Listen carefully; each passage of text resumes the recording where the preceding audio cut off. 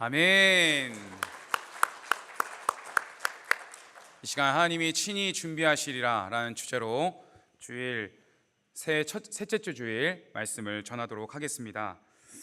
사랑하는 성도 여러분, 여러분은 지구에서 가장 깊은 바다인 마리아나 해구에 대해서 들어보신 적이 있으십니까? 수심이 무려 11km에 달하는 이곳은 빛 한 줄기 들지 않는 칠흑 같은 어둠의 세계입니다. 엄청난 수압 때문에 강철 잠수함마저 종이장처럼 찌그러지는 그야말로 인간의 상식으로는 생명이 살 수 없는 죽음의 공간이죠. 그런데 오래전도 아니고 바로 지난해였던 2025년 특수 티타늄 합금과 강화 세라믹으로 제작된 초심해용 무인 잠수정이 그 금단의 영역에 발을 내딛게 되었습니다. 인간의 기술력이 집약된 이 첨단 장비가 어둠을 뚫고 조명을 비추었을 때 모니터에 비친 광경은 과학자들의 예상을 완전히 뒤엎었습니다. 그곳은 죽음의 땅이 아니었던 것입니다. 수만 톤의 수압을 견디도록 설계된 신비한 생명체들이 가득했고, 태양빛 없이도 지구 내부의 열에너지를 이용해 생명을 꽃피우는 완벽한 생명체가 그 심연 속에 이미 오래전부터 살고 있었던 것이죠. 이곳에 발견된 주요 생물로는 몇 가지만 말씀드리면, 이름도 되게 어려워요. 마세리세팔로이데스 그란디키라라는 곤충이 벌레가 발견이 되었고, 2025년 7월 보고된 종으로서 수심 약 10,000m 지점에서 발견되었다고 합니다. 그리고 열수 분출구 주변에서 태양빛 대신 화합성을 통해 에너지를 얻으면서 군락을 이루면서 하는 거대 튜브 지렁이가 발견이 되었고, 하나 더 말씀드리면 수심 8,000m 이상의 심해에서 발견된 반투명한 물고기인데, 비늘이 없고 젤리 같은 몸으로 엄청난 수압을 견디는 마리아나 스네일피쉬가 발견되었다는 것입니다. 인간의 이성이 끝이라고 단정지었던 11km 아래의 어둠 속에는 사실 하나님 아버지의 정교한 통치와 질서가 한치의 오차 없이 이미 창조 시기 때부터 지금까지 살아왔다는 것이죠. 성도 여러분, 오늘 본문에 등장하는 아브라함의 상황이 바로 이와 같습니다. 100세에 얻은 언약의 아들 이삭을 번제로 바치라는 하나님의 명령은 아브라함의 인생에서 가장 깊고 이해할 수 없는 어두운 시면이었어요. 사람의 머리로는 도저히 계산이 나오지 않습니다. 하나님의 공의와 사랑조차 의심케 만드는 막막한 수렁과도 같은 명령이었다는 것입니다. 과연 아브라함은 이 이해할 수 없는 시면의 한복판에서 누구를 바라보았을까요? 모두가 죽음이 끝이라고 말하는 그 시험대 끝에서 그는 어떻게 순종의 발걸음을 끝까지 내디딜 수 있었을까요? 오늘 우리는 본문을 통해 모든 인간적인 계산이 끝난 시면 속에서도 한치의 오차 없이 우리를 위해 역사하시는 하나님의 은혜를 마음속 깊이 새기는 시간이 되기를 소원합니다. 우리 다 함께 첫째 읽어볼까요? 시작. 시면의 부르심에도 하나님의 신실하심을 믿고 순종해야 합니다. 그렇습니다. 본문 1절은 이렇게 시작하고 있어요. 그 이후에 하나님이 아브라함을 시험하시려고 그를 부르시되 아브라함아 하시니 그가 이르되 내가 여기 있나이다. 성도 여러분, 하나님께서 아브라함을 시험하시는 장면입니다. 그런데 그 시험의 내용이 너무도 이해하기가 힘듭니다. 왜냐하면 다른 명령도 아니고 내 아들, 내 사랑하는 독자 이삭을 번제로 드리라고 하셨기 때문입니다. 성도 여러분, 아브라함에게 이삭은 어떤 아들이었습니까? 아브라함이 100세라는 노년에 불가능한 가운데서 얻은 약속의 아들이자 인생의 기쁨이고 그의 미래이지 않습니까? 하나님은 아브라함에게 말씀하실 때 이렇게 말씀하셨어요. 이삭을 가리켜서 아브라함아, 내 아들, 내 독자, 내가 사랑하는 이삭을 바쳐라. 이 표현에서만 봐도 알 수 있는 것처럼 이는 그만큼 이삭이 아브라함에게 어떤 존재였냐면 자신의 생명보다 소중한 외아들이고 소중한 존재 그 이상을 의미함을 말해주는 것입니다. 이 요구가 아브라함에게 얼마나 큰 희생인지를 주님은 이미 전제를 깔아놓고 말씀하시는 것이죠.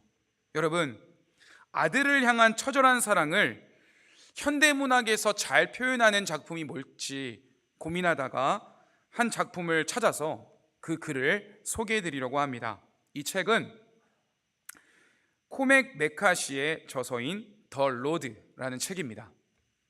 이 작품은 2007년 퓰리처상을 수상했고 전 세계 독자들에게 큰 감동을 준 현대 문학의 명작이라고 할 수가 있겠어요. 작품 속 배경을 말씀드릴게요. 이 배경은 원인 모를 대재앙으로 모든 동식물이 멸종을 당한 겁니다. 온 세상이 한순간에 잿가루가 되어버렸어요.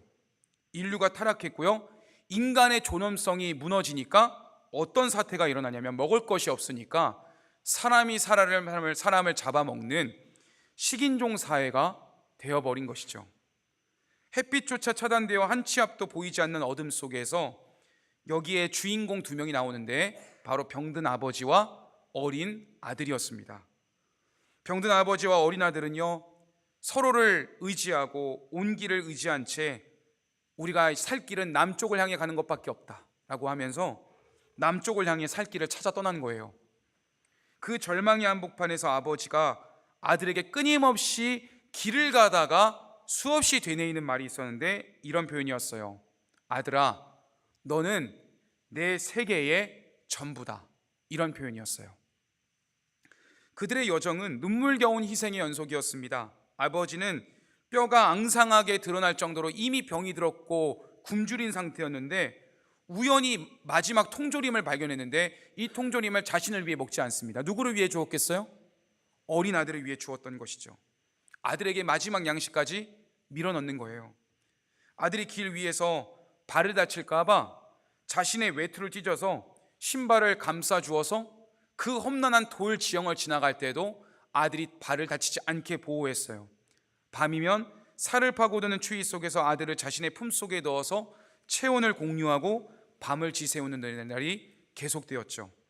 아버지는 사랑하는 아들을 지켜주면서 늘 이런 가르침을 주었답니다.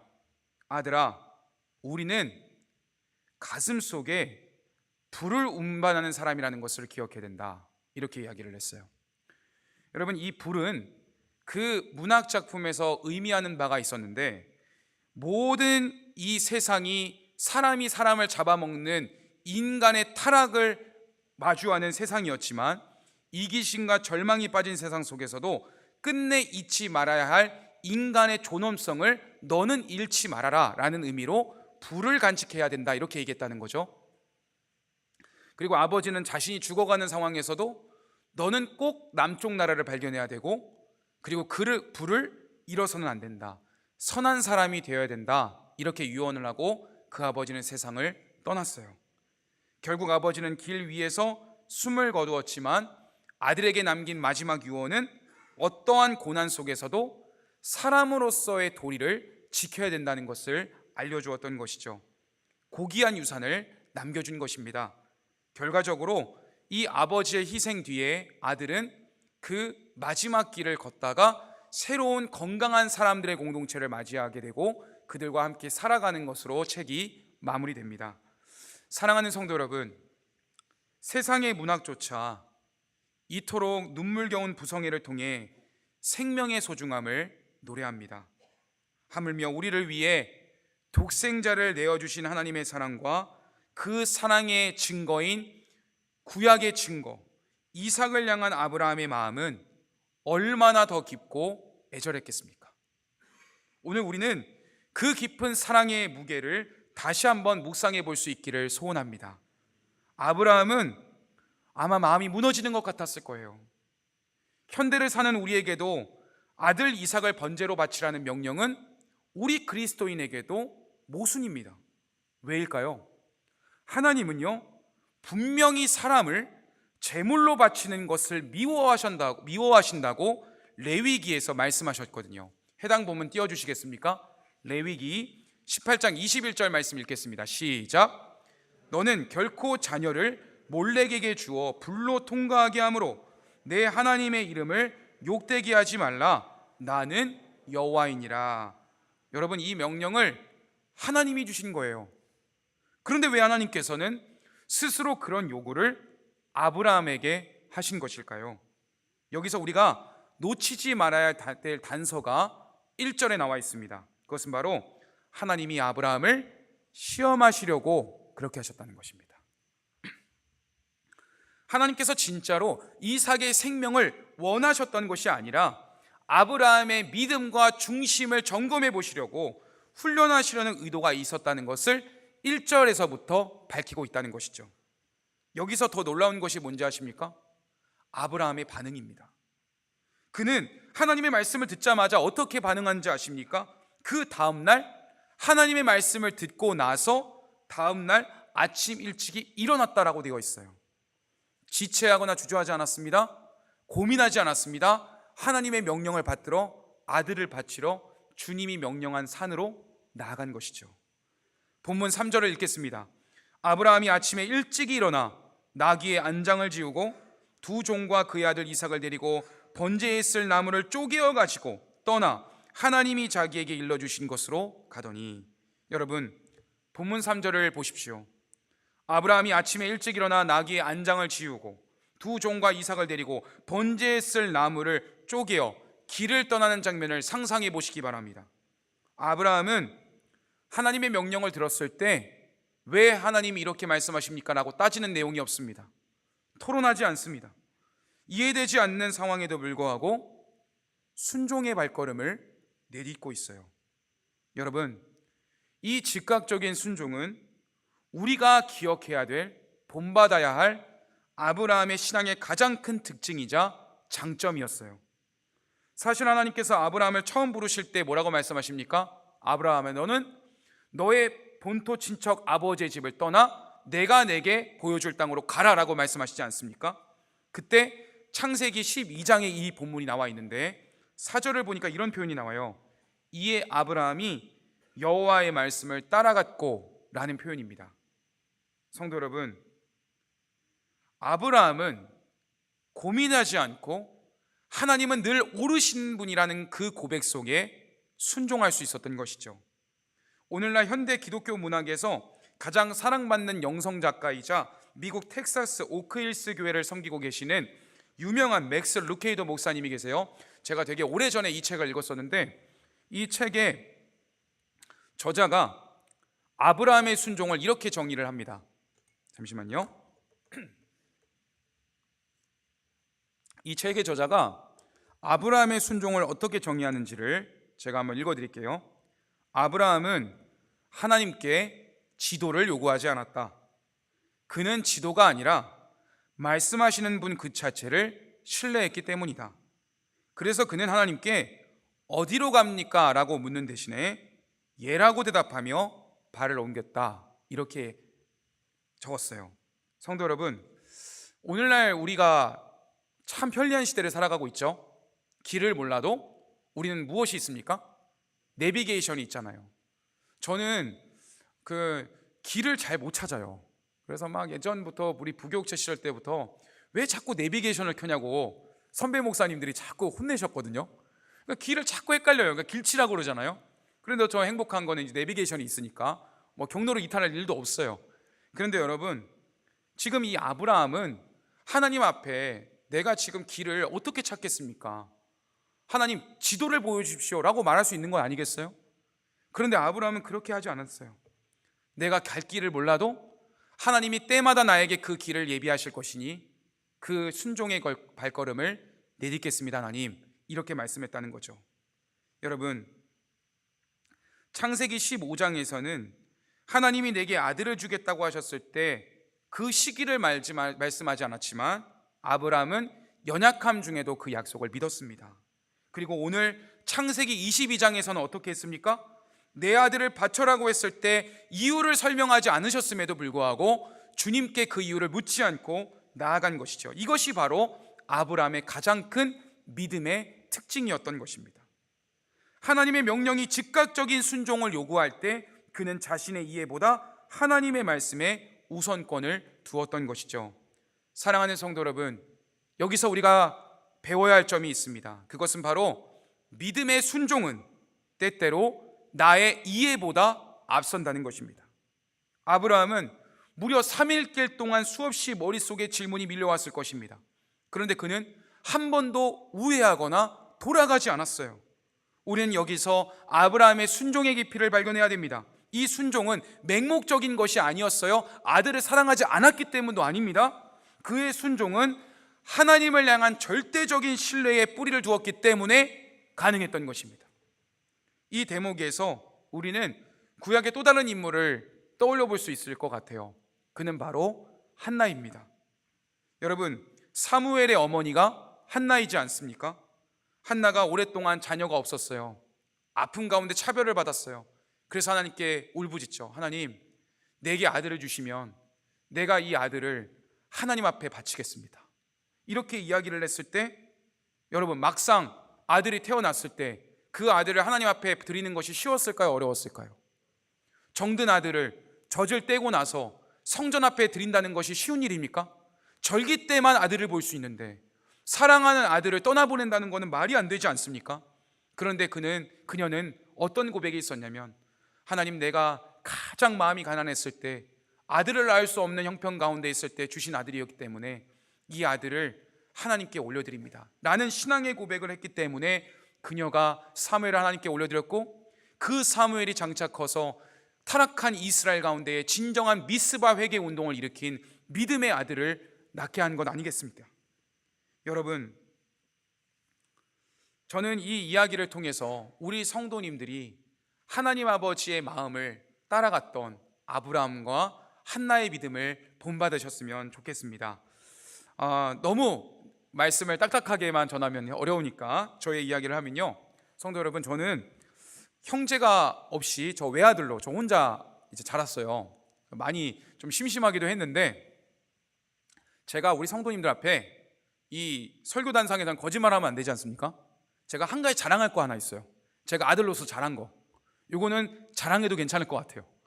제가요, 지금 이제 40인데 결혼하고 나서도 그렇고 단 한 번도 빠짐없이 매일 부모님께 전화를 드립니다. 별로 안 놀라시는 것 같아요. 예, 그래서요, 제가 이 말을 하는 게, 지금 이거 또 설교 올라가면 또 부모님이 이거 들으실 텐데, 그런데 부모님께 매일 전화를 하니까 무슨 문제가 발생한 줄 아십니까? 이틀 동안 전화를 안 하면 큰일 난 줄 알아요.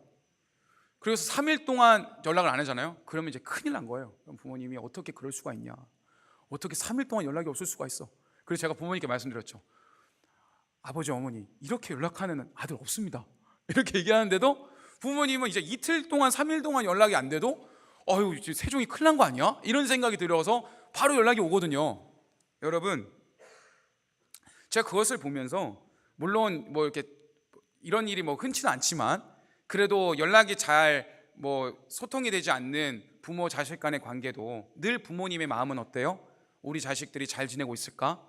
오늘은 꼭 어떤 일이 있지는 않을까? 잘 지내고 있을까? 늘 부모님은 어린아이가 장성해도 늘 어린아이로 멈춰있는 마음으로 걱정하시잖아요. 제가 저희 딸 이내와 수호를 걱정하는 것처럼, 여러분, 몇 날 며칠 연락이 되지 않아도 이 자녀가 어떻게 되었을지 걱정하는 것이 부모의 심정인데, 하물며 오늘 본문의 아브라함의 마음은 어떠했겠습니까? 100세에 얻은 아들이지 않습니까? 우리 삶에서도요, 하나님은요, 때론 가장 소중히 여기는 이 아들 이상만이 아니라 내가 제일 소중히 여기는 곳을 내려놓으라고 말씀하세요. 그것은 꼭 자녀만을 말하는 것이 아닙니다. 그렇다면 오늘날 우리 성도님들이 절대로 놓고 싶지 않은데 놓아야 되는 그런 영역들은, 오늘날의 이석은 무엇일까요? 생각해 보았습니다. 오늘날 우리 성도님들이 하나님께 명령을 받았는데도 쉽게 포기할 수 없는 것들이 뭐가 있을까? 그것은 여러 가지가 있겠지만 나의 마지막 보루입니다. 이것만큼은 절대 안 돼, 내 인생의 행복을 보장해 줄 거야 라고 믿는 최후의 의지처입니다. 또 내 이름이 적힌 트로피가라고 할 수가 있겠어요. 그동안 내가 피땀 흘려 일궈낸 성과인데 이것을 포기하라고? 하나님 안 됩니다 라고 말하는 영역이 있다는 거예요. 또 내일의 설계도입니다. 내가 완벽하게 짜놓은 플랜, 내가 읽어놓은 성과입니다. 또 하나, 움켜진 주먹 속의 씨앗, 지금 당장 심지 않으면 굶어 죽을 것 같아서 이것만큼은 꼭 해야 나와 내 자녀가 편안할 것 같다고 생각하는 내 인간적인 기준, 마지막 내 마음의 왕자입니다.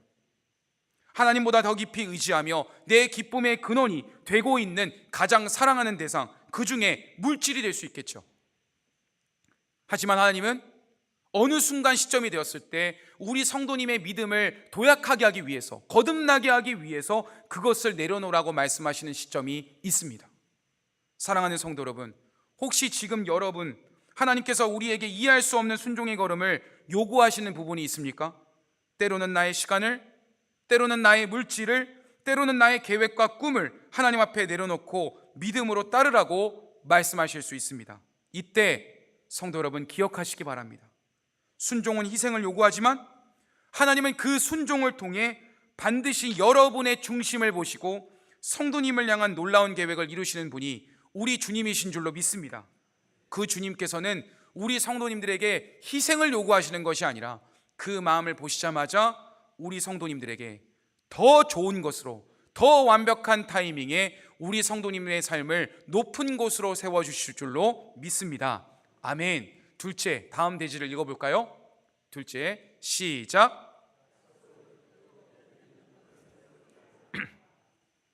네, 그렇습니다. 이해되지 않는 하나님의 심연 속에서 순종해야 된다면 두 번째는 무엇이냐면 하나님의 약속을 붙들고 드리는 믿음을 가져야 된다는 것입니다. 여러분, 아브라함의 순종의 비결은요, 하나님께 대한 깊은 신뢰와 약속을 붙드는 믿음이었어요. 겉으로 보기에는요, 그냥 무식하게 모리아 산을 향해서 가는 것 같지만 여러분, 아브라함은 하나님의 말씀을 한 번도 놓치지 않은 사람이었어요. 본문에서 그 힌트를 몇 가지 발견할 수 있는데요, 먼저 종들에게 했던 말입니다. 우리 본문 5절 말씀을 읽어볼까요? 시작. 이에 아브라함이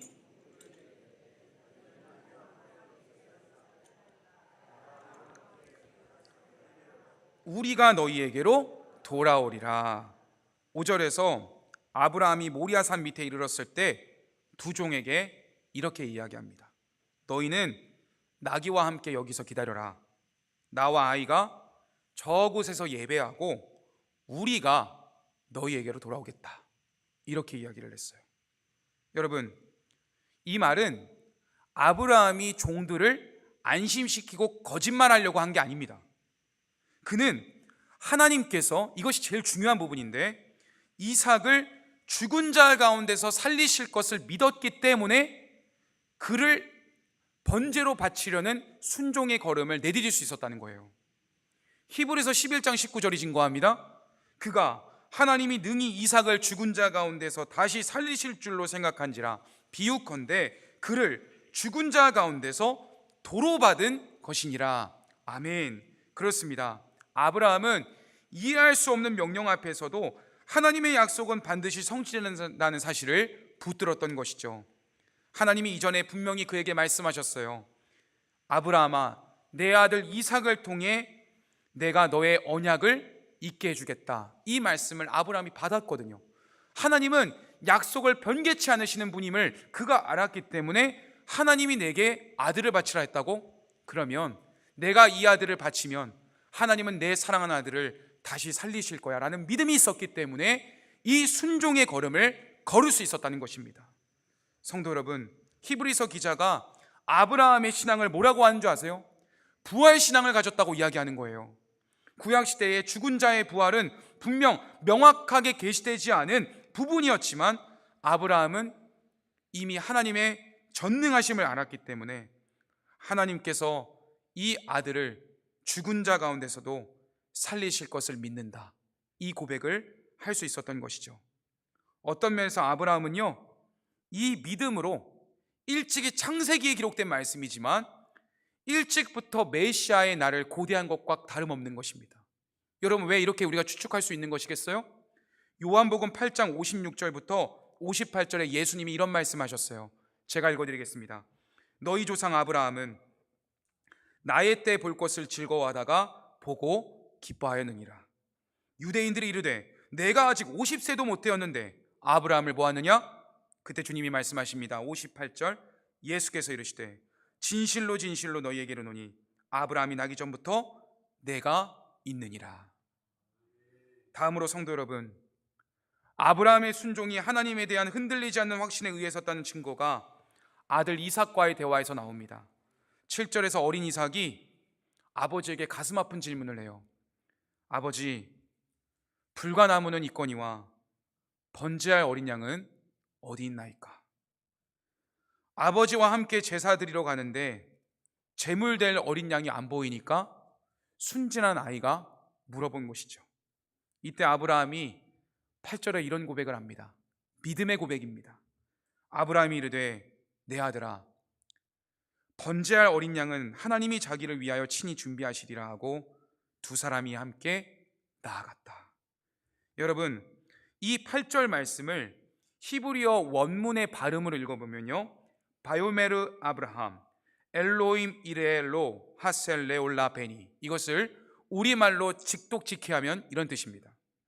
아브라함이 이르되 하나님이 그분 자신을 위하여 번제했을 그 어린 양을 친히 살피실 것이다 나의 아들아, 이런 의미입니다. 성도 여러분, 아브라함은 하나님께서 직접 그 제물로 바칠 어린 양을 마련해 두셨노라고 고백하고 있는 것이죠.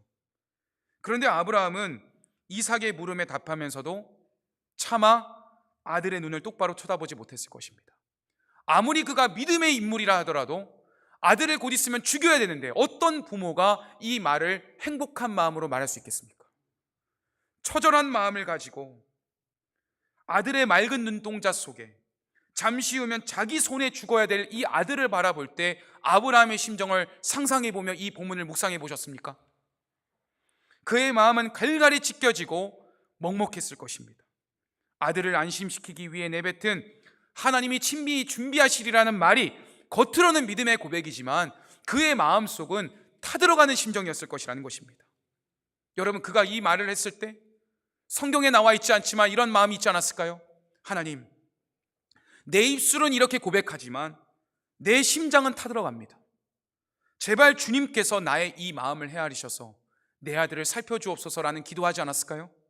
성도 여러분, 아무리 신앙이 좋아도 자식을 사지로 몰아넣는 아버지의 심정에 어찌 피눈물이 나지 않겠습니까? 하지만 아브라함은 그 슬픔을 참아내는 것입니다. 내 아들이 아무리 귀해도 하나님보다 앞설 수 없다는 그 처절한 결단, 이 아들은 불가능한 중에 하나님이 주신 선물이기 때문에 주신 이도 하나님이시요 취하신 이도 하나님이시라는 마음을 가지고 이 아들을 주님께 불가능한 가운데서도 올려드릴 수 있었던 것이죠. 여러분, 우리가 여기서 주목해야 될 것이 무엇일까요? 아브라함이 이런 엄청난 믿음을 갑자기 이루어낸 것이 아니라는 것입니다. 그는 우리와 똑같이 연약했고요, 똑같이 부족한 많은 사람이었어요. 자신의 아내를 누이라 속이는 비겁한 사람이었어요. 여러 가지 하나님의 약속을 믿지 못하는 연약한 구석이 많았던 사람이었습니다. 그런데 그는 수십 년 동안 나를 포기하지 않으시고 나의 믿음을 붙잡아 주시고 응원해 주시는 그 주님의 따뜻한 성품, 나를 믿으시는 주님의 신실함 앞에 기꺼이 헌신하는 것이죠. 하나님은 그에게 수차례 언약을 지켜주셨습니다. 무엇보다 이삭 자체가 기적의 선물이지 않았습니까? 살아계신 하나님이 이 세상에서 있을 수 없는 아들을 주셨기 때문에 나는 이 하나님의 선물로 준 아들을 바친다. 여러분, 우리의 믿음의 뿌리는 어디에 박혀 있습니까? 우리 성도님들이 앞으로 하나님께서 결단을 요구하실 때 우리가 그 믿음을 순종할 수 있는 근원이 어디서 나오는 것입니까? 그것은 바로 실패하고 넘어지는 여러분을 항상 붙들어 주시는 그 은혜로 말미암은 줄로 믿습니다.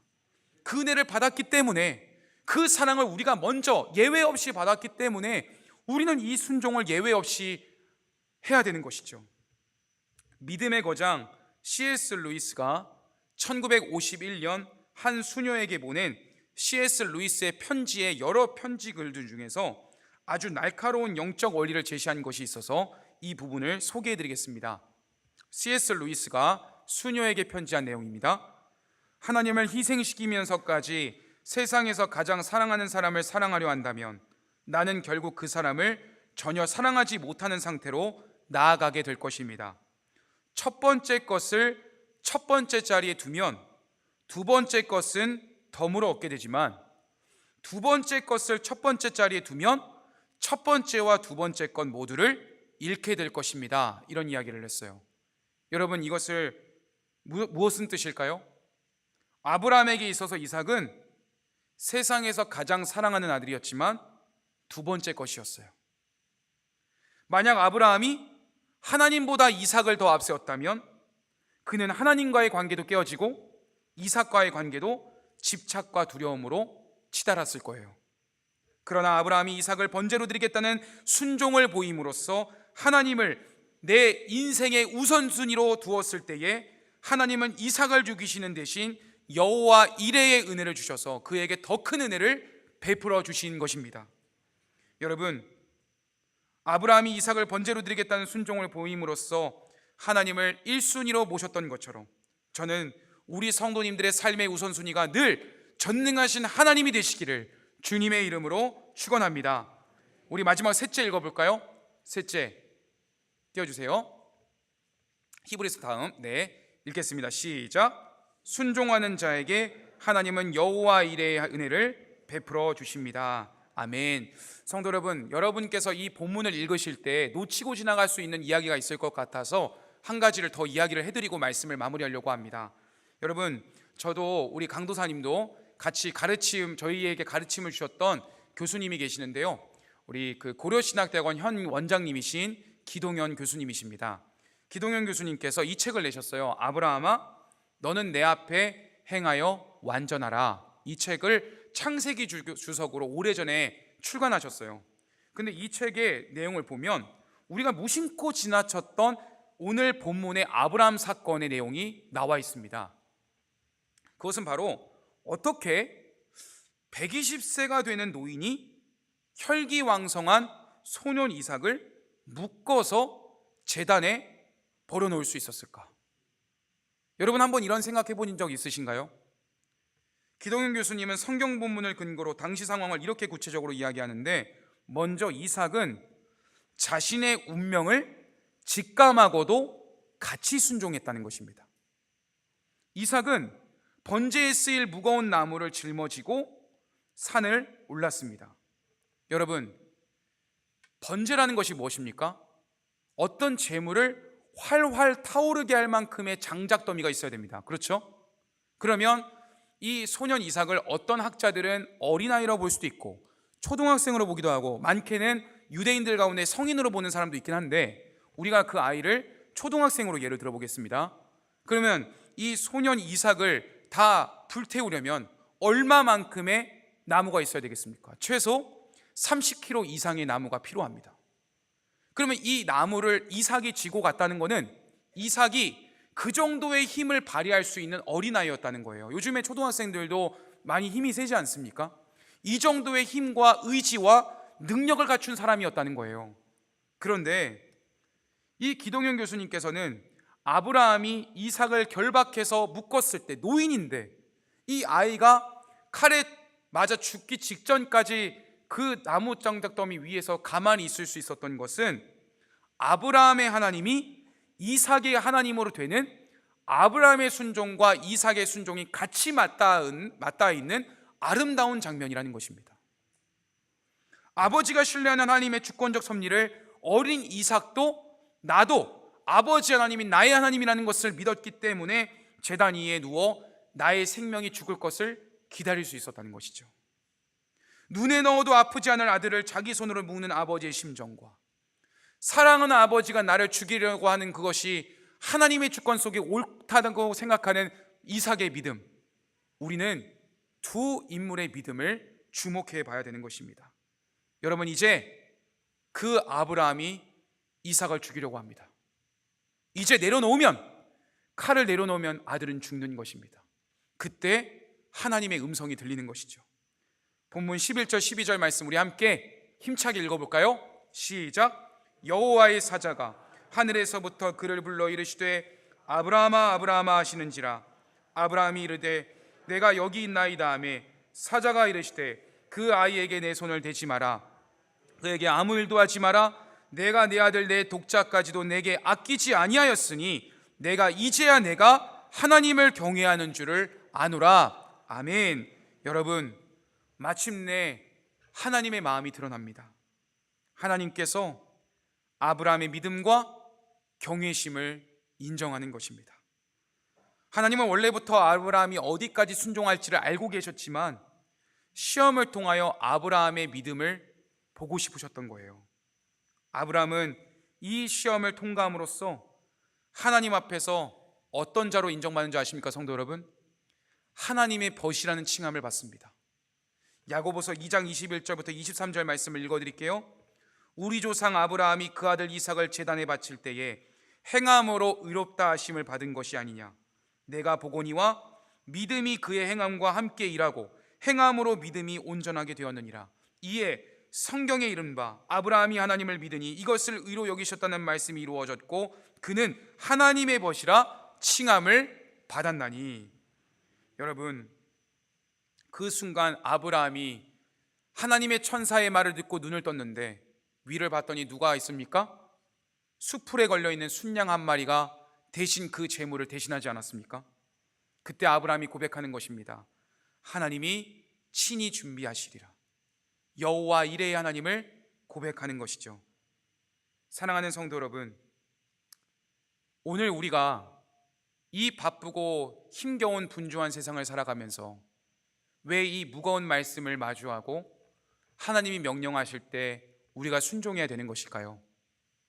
그것은요, 그 근거가 무엇이냐면 이미 영적으로 죽었던 우리를 살리신 예수 그리스도의 은혜를 받은 사람이 바로 저와 여러분이기 때문에 그렇습니다. 아브라함은 이삭을 제단에 올려야 하는 고통만 겪었지만 하나님은 어떤 분이십니까? 우리 성도님들 한 사람 한 사람을 살리기 위해 독생자 예수 그리스도를 이 땅에 보내시고 십자가 고난을 다 당하시도록 외면하신 것입니다. 예수님은 하나님의 본체이신 독생자이십니다. 모리아산에서 아브라함이 칼을 들었을 때 하나님은 순양을 예비하셔서 그 손을 멈추게 하셨어요. 그런데 인류의 죄를 대속하시기 위하여 십자가의 언덕 골고다로 향하신 예수님께서 주님, 할 수 있으시거든 이 잔을 내게로 돌리지 마옵소서. 그렇게 했을 때 마지막 예수님께서는 뭐라고 하시죠? 내 뜻대로 마옵시고 아버지의 원대로 하옵소서라고 했을 때 주님은 침묵하시고 그 아들이 십자가의 대속의 죽음을 당하시도록 두셨습니다.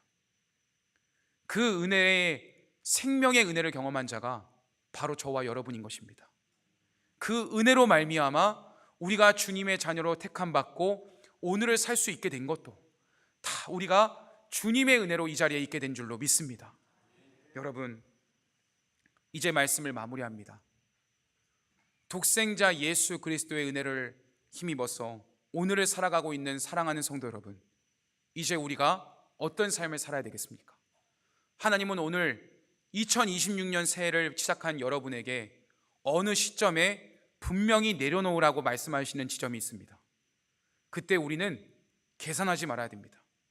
하나님은 오르십니다. 그리고 하나님께서 말씀하시면 주님, 제가 주님이 말씀하시니 이 모든 것을 내려놓겠습니다. 그 순종의 걸음을 내디딜 때 여러분이 잘못되는 것이 아니라 여러분의 중심을 보시고 우리 주님께서는 우리 성도님들을 위하여 더 좋은 미래를 허락하실 줄로 믿습니다. 실수가 없으신 하나님, 우리의 중심을 보시는 하나님 앞에 여러분의 순종의 믿음을 보이시기 바랍니다. 그래서 이번 한 해가 실패하는 한 해로 기억되지 않고 하나님 앞에 내 모든 것을 내어드릴 수 있는 한 해였노라고 고백할 수 있는 2026년도가 되기를 주님의 이름으로 축원합니다.